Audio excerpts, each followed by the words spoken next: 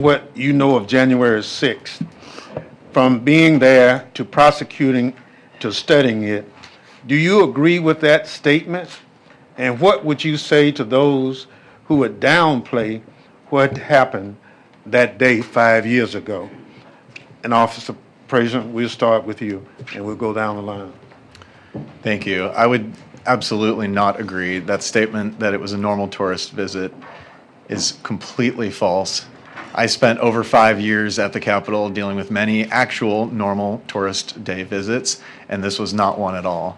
It is offensive to me, and I'm sure to many of my fellow officers, to hear it so diminished when we make sacrifices day in and day out and over the years in service to Congress, and that includes working around the clock, missing holidays and family events, and to have it be so whitewashed and so diminished is incredibly offensive. And to those who say that, I wish they would actually listen to what we are saying here today and actually talk to officers like myself who experienced firsthand brutal violence that day. Thank you so much. Mr. Ballou? For those who question whether January 6th was a day of violence, they should just look at the tape. This was the most documented crime in American history, and it's obvious what happened there. In terms of what the experience was like for those who were there, in the course of being part of the teams that investigated and prosecuted rioters, we had the opportunity to talk to many U.S. Capitol Police and Metropolitan Police Department officers. If you talk to most officers, they're pretty stoic folks. The number of officers that we had that candidly broke down crying in our office, still processing the horror of that day, is something that's very hard to forget. And I think that pain is evidence alone of how violent that day was. Professor? Yes, the video shown this morning makes clear this was not a normal day of peaceful protest. I've never seen tourists break through windows and come in the second floor or scale the walls of the Capitol in my nearly 40 years in Washington, D.C. But I would also say this is dangerous because these lies about January 6th cause more conspiracy theories. The theory that it was a Fedsurrection, not an insurrection. In other words, that it was actually put on by federal government and had federal agents who were actually agitating the protests. The idea that the new charges against the person who allegedly planted the pipe bombs is a cover-up for some scheme that a Capitol Police officer planted those pipe bombs. These are dangerous conspiracy theories that will continue to provoke political violence. And the theory that those who were pardoned are victims and who they are owed something, reparations, other types of rewards for their victimization, seeds even more of that. So no, Mr. Chairman, I disagree very much with the rhetoric. Thank you so much. Ms. Hemphill? Thank you for the question. You can't gaslight me. I was there. I saw what you did. I saw the officers being pepper sprayed. When I was on the steps, I watched one of them fall down and hit his head and his back. So don't be telling me it wasn't violent. Don't come to me with that ever again. I watched you. I was on the east side. But I saw what you did. Thank you so much. I now recognize other members for question as we identified. Mr. Swalwell, you recognize. Thank you. Since the Civil War, the three most important days in American history are December 7, 1941, September 11, and January 6. And we don't need the years for the last two because we know what happened. They aren't dates on the calendar, they're scar tissue. And as you just said, Ms. Hemphill, we saw them unfold live and in terrifying detail with our own eyes. But 5 years later, Donald Trump has pardoned the insurrectionists. The steps have been cleaned, the broken glass has been repaired, and because the 22nd Amendment says he can't run again, maybe we exhale. If this country had one word that defined its march higher, it wouldn't be liberty or justice, it would be next. Because we have a tendency to just move on so quickly from the tragedies that define us. We have a tendency to not look back, but I can't do that. I'm the son of a cop, the brother of cops, a former prosecutor who stood up in a courtroom defending the idea of the people. But you don't need a badge on your chest to know that January 6th was a moral crater. You don't need a law degree on your wall to know that in a country like ours, we don't tolerate violence. You don't choose the criminal over the constable. What Trump is attempting to do is to gaslight a nation on an industrial scale. It's the same playbook the fringe theorists used after September 11. They told us there were no planes. They told us it was holograms, missiles, a controlled demolition. We didn't buy that nonsense then, and we cannot whitewash history now. Ms. McCord, I was hoping you'd engage in a hypothetical with me and put aside the politics. Picture George Bush. Remember him standing on the pile of twisted steel at Ground Zero, his arm around a retired firefighter, holding that bullhorn. He bucked us up. He gave us a spine when ours was fractured. Now, imagine if he had been the one to incite the attacks. Imagine if he had held a rally in Battery Park 10 minutes before impact. Imagine if he had pointed at the towers and told a seething, armed crowd to fight like hell, to stop the steal, and make them do the right thing. Could January 6th have happened if Donald Trump had not called to assemble the mob? I think that it could not, Representative Swalwell, and I think Jack Smith's testimony during his deposition recently makes that very clear. The evidence amassed about what Donald Trump knew, how many people, Republicans included, had told him there was no fraud in the election that's significant enough to change the results. His own attorney general had told them that. He called the crowd knowing that they responded to his dog whistles. And when he knew there was violence, when he knew that his own vice president was in danger, dire danger, that the mob had erected a gallows and said, hang Mike Pence, he let things continue and continued to let things continue. And according to Jack Smith's testimony the other day and the indictments, even the night after, the night of January 6th, he was still agitated. And we know that because 5 years later, he continues to propound those lies. I don't think, just for the record, George W. Bush would have ever said anything like that. Whatever policy disagreements those in this room may have with him, he is a man of integrity who would have never done such a thing. Agreed. And on January 6th, what you just described is what happened. That's reality. It's important that we tackle the future. More than ever, it's coming at us at a breathtaking speed. But if we don't acknowledge a past wound, it stays poisoned. If we don't right these wrongs, we don't just get a repeat of January 6th, we get January 7th and 8th. And the country we are barely holding on to now will slip forever through our fingers. It doesn't matter who you voted for.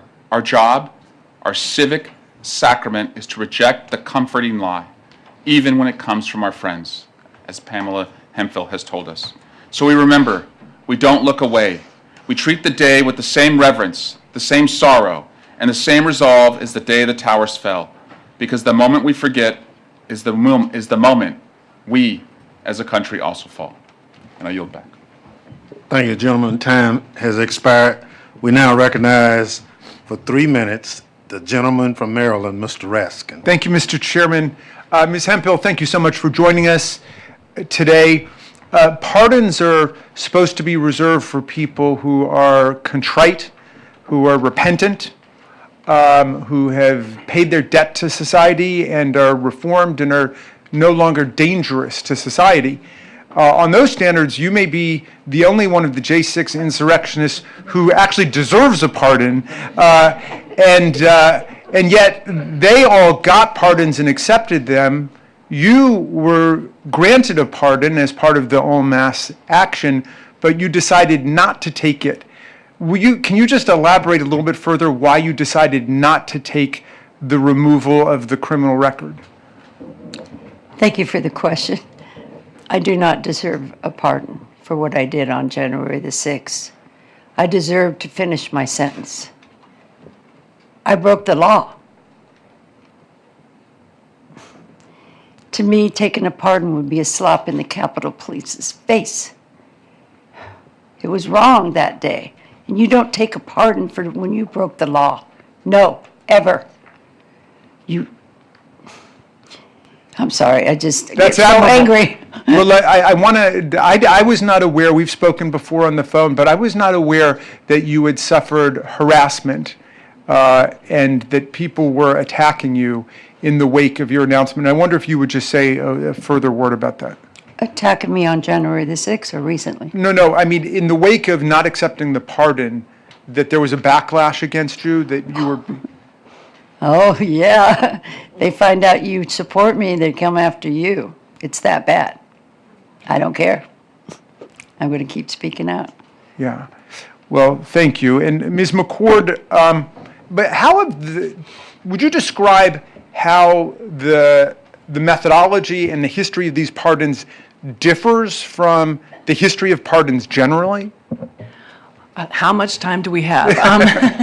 So the pardon attorney is an office within the Department of Justice that normally reviews the applications for pardons, and they look at things like the person's criminal record, their individual characteristics, the things you already mentioned, right? What is their contrition? What have they done with their lives since they committed their crimes? And all of these things are taken into consideration, and recommendations are being made to the president. Here, so far as I can tell, the pardon attorney was completely sidelined, and there was no individualized assessment about the criminal records of those that were going to be pardoned. Criminal records before January 6th, their indications of dangerousness, whether they had accepted responsibility, it was just en masse. So it is as far removed from anything that I've ever seen. The closest is the pardons of draft defectors after Vietnam. Very, very, very different situation.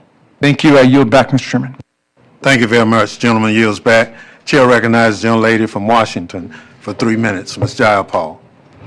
Thank you, Mr. Chairman, and thank you, Leader Jeffries, for holding this very important hearing. Mr. Panjone, I want to just start by saying thank you so much from all of us who were here. We deeply appreciate your bravery, your sacrifice, and that of all the law enforcement officers who protected us and protected the Capitol that day. Ms. Hemphill, I want to thank you for your very honest and moving testimony, and I hope that it inspires others across the country to do and say what you have said. I think it's incredibly important. And I want to focus my few minutes on the toll on our democracy with Mr. Ballou and Ms. McCord. When I questioned Jack Smith recently, Special Counsel Jack Smith recently, about the toll on our democracy if we do not hold those who try to steal an election accountable, he described it as catastrophic.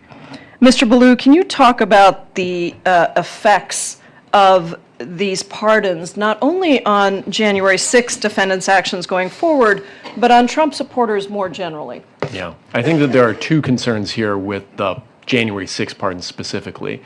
You know, with the mass pardons of January 6th rioters, particularly the violent ones, I think the clear message here, probably the intent and certainly the effect of the pardons, was to empower a group of people who were loyal to the president, willing to enact violence in his name, but quite literally beyond the reach of the law.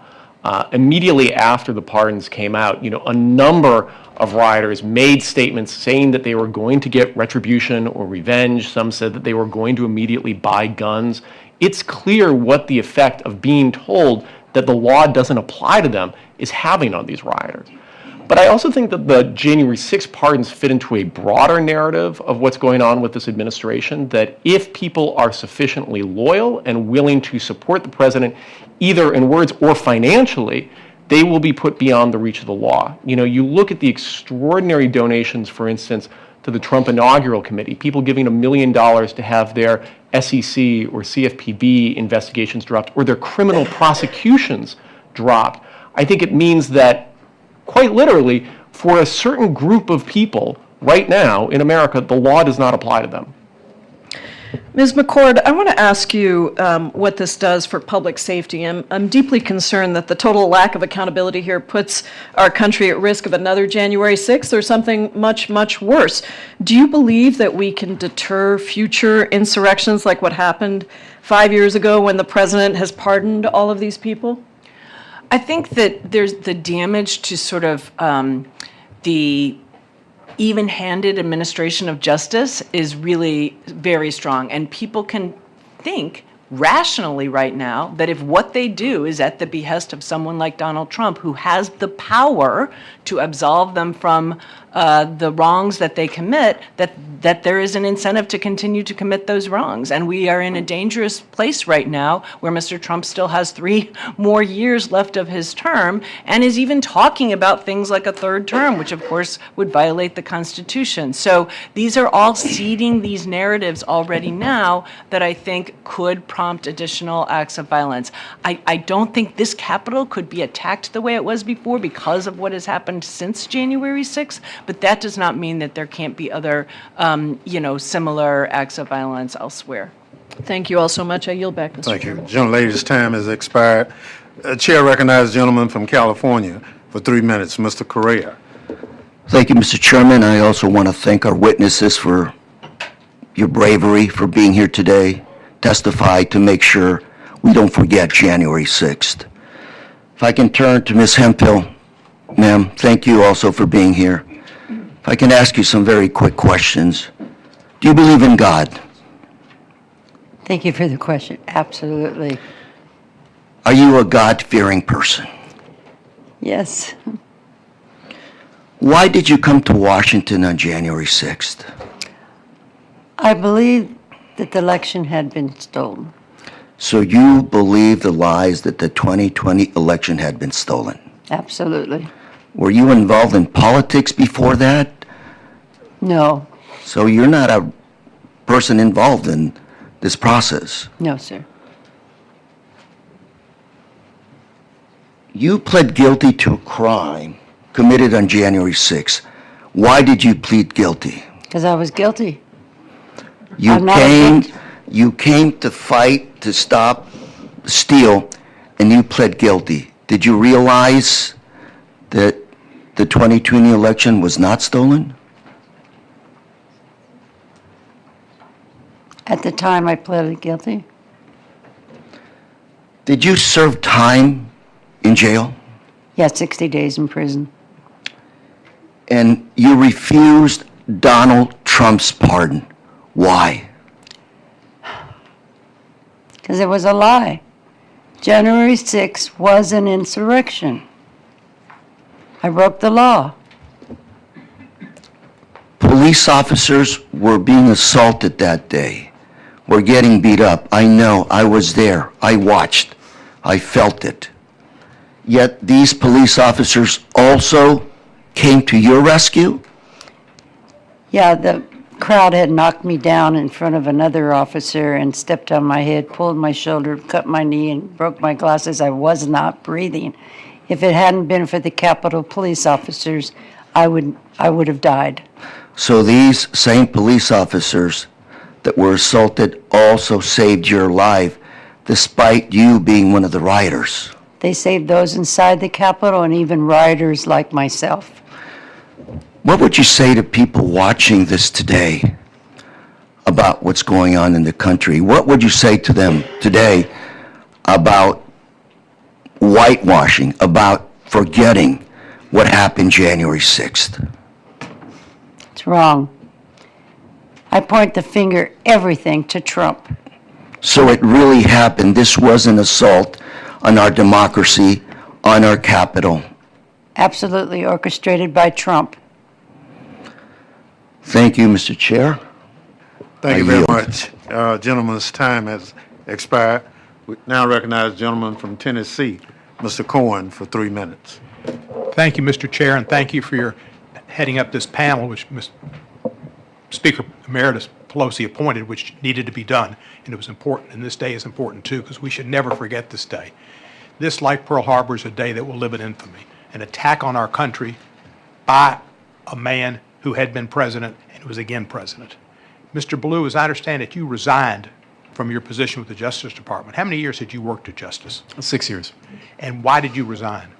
Well, it became clear what the president was going to do to the Department of Justice, and then it was a question about whether you could be most effective at resisting sort of the illegal actions, or at least unjustified actions, that the president seemed to be pursuing, whether you could do so most effectively inside or outside of government. It became clear to me that, given that this administration was so willing to fire people that opposed it, that there was very little point, as I saw it, to staying in government, and instead I would be most effective outside. Many of the people in Justice Department who engaged in the prosecutions were fired or dismissed. What damage has that done to the Department of Justice? It's extraordinary in two ways. The first is just on the level of expertise, that there were senior level prosecutors, ones who were running the Capitol Siege section, the team that prosecuted rioters, who were demoted to entry level jobs, borderline clerical jobs. You simply lost the muscle memory of experienced prosecutors in the office because of those demotions and firings. I think at a broader level, independent of the expertise, the department is hemorrhaging credibility with judges, with juries, and with grand juries. And the only tool that the Department of Justice has is its credibility, the ability to convince people to accept its position. And it is rapidly losing that power.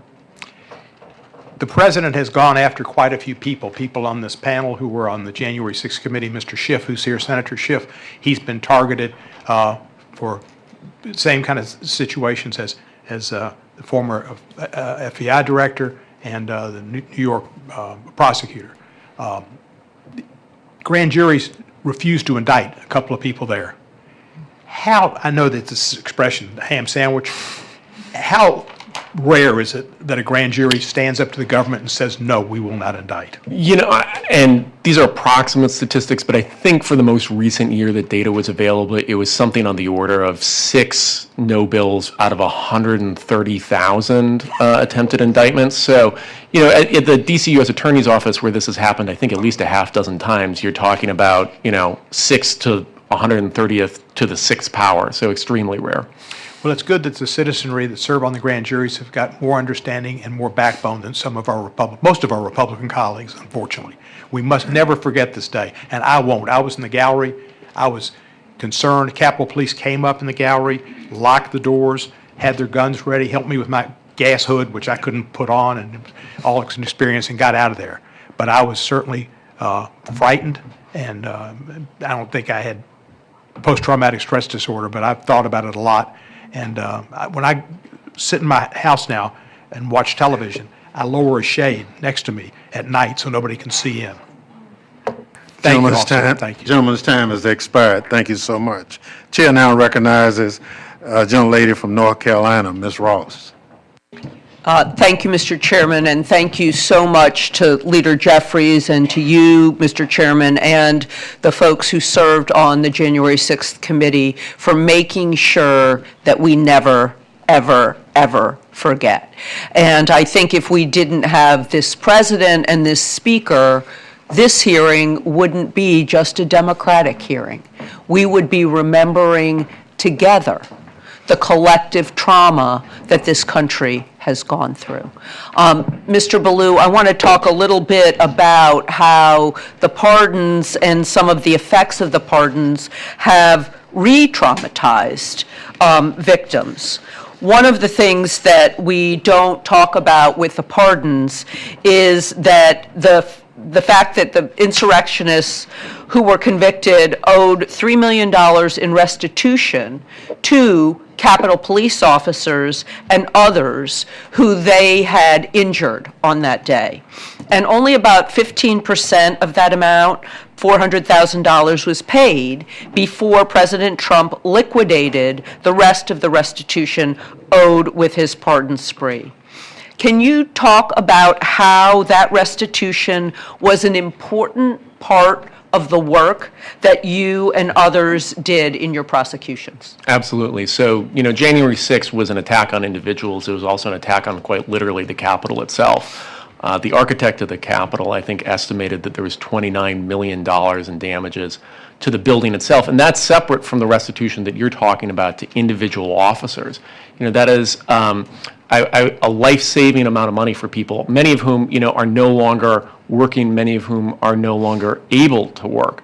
And so the fact that they may not be able to collect on this means that quite literally they might not be able to heal. Okay. And what does it say that the president instead now wants to provide some kind of restitution to the insurrectionists who caused this pain, these injuries, and has left people uncompensated? Well, I think this fits to the broader concern that the pardons of the rioters are going to empower people that are loyal to the president but beyond the reach of the law.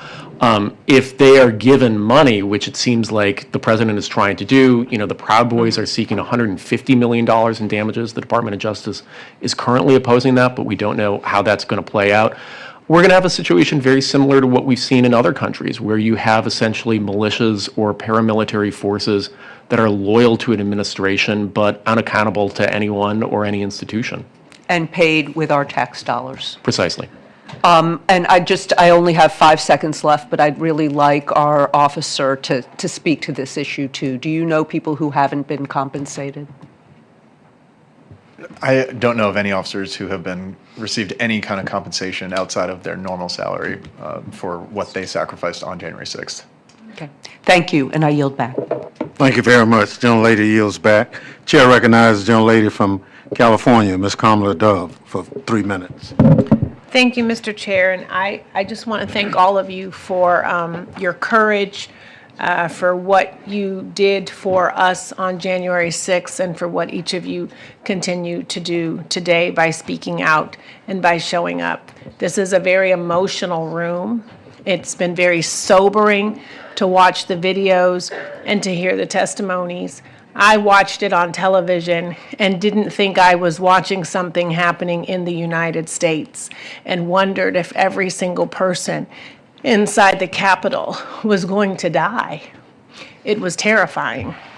And I can only imagine what you're going through as you're recounting what you experienced. Ms. Hemphill said that she received due process. Is that true? Thank you for the question. Absolutely. Yes.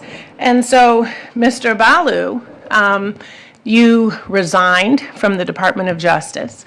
Would you agree that Ms. Hemphill and many others, all of the other 1,500 cases that were prosecuted, did they all receive due process? Absolutely. I think it was the largest prosecution in American history, and it was extraordinary to watch, sort of more senior prosecutors, the care and attention they brought to every case. I would agree with that. In fact, I think it's probably an example of how due process actually can and should work in this country, if only all of us were afforded it. Mr. Balu, I want to ask you a couple of additional questions. Let's just say hypothetically that Joe Antifa showed up at the Capitol, upset that this president was doing away with his health care and causing him to spend more money at the grocery store and at the gas station because of the tariffs. And let's just say that Joe came up and he was so upset that he started bear spraying and pepper spraying and beating up members of the Capitol Police because he was so outraged. Would it be right to call Joe Antifa a patriot? No, absolutely. He committed a crime. And would it be right to arrest him? Absolutely. And if I can just briefly say, this isn't a hypothetical. The Department of Justice was prosecuting protesters that turned into rioters from the summer of 2020, the very same 12-month period. And the analysis was, at least the initial analysis, was that those rioters actually received harsher sentences than those from January 6th. That's right. And yet this president said that we assaulted the January 6ers, right, the insurrectionists, and that they were illegally detained, and in fact sort of presume that they didn't receive any due process.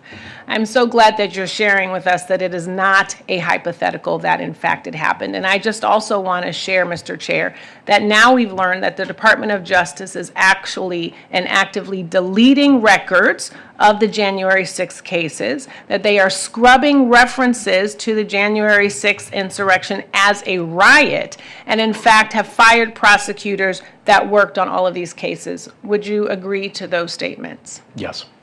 Thank you for the time. Thank you very much. Chair recognizes the gentleman from Texas, Mr. Castro, for 3 minutes. Thank you, Chairman, and I want to say thank you to each of you for your courage and for your bravery and your candor today.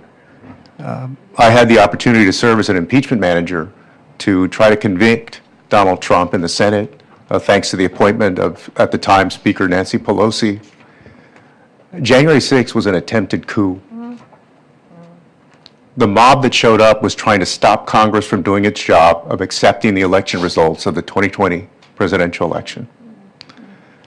And on that day, Donald Trump left everyone in this building for dead. Our brave police officers, elected officials of both parties, of course, but also our staff who work here in the House and the Senate, the journalists who covered this place, people that are not often discussed, like maintenance workers, cafeteria workers, all of the support staff in these buildings. Their lives were at stake as well. And for 5 years, we've had to listen to Donald Trump and others whitewash that history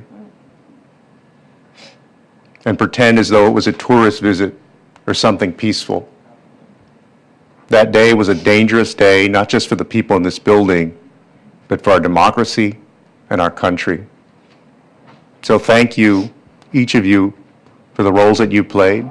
Thank you, Ms. Hemphill, for the grace that you've shown in accepting responsibility for what you did and also acknowledging the truth of that day and that mob. I wanted to ask you, Mr. Ballou and Ms. McCord, you know, we exist now in a time of social media where misinformation, lies, distortions can become accepted as truth, unlike any other time in human history. And Donald Trump has exploited that, and his hardcore supporters have exploited that. What work remains in making sure that this never happens again in the United States of America? Thank you, Congressmember. You know, one of the problems is that social media and technology companies basically bear no responsibility when it comes to the way their platforms are misused, the way that their algorithms amplify extreme content. And people, unfortunately, many studies have shown if you do not yourself break out of that loop of more and more extremist content, you will just be feeding more and more. So I think one thing for Congress to take under consideration, and I know it's a very difficult task, is what to do about the Communications Decency Act.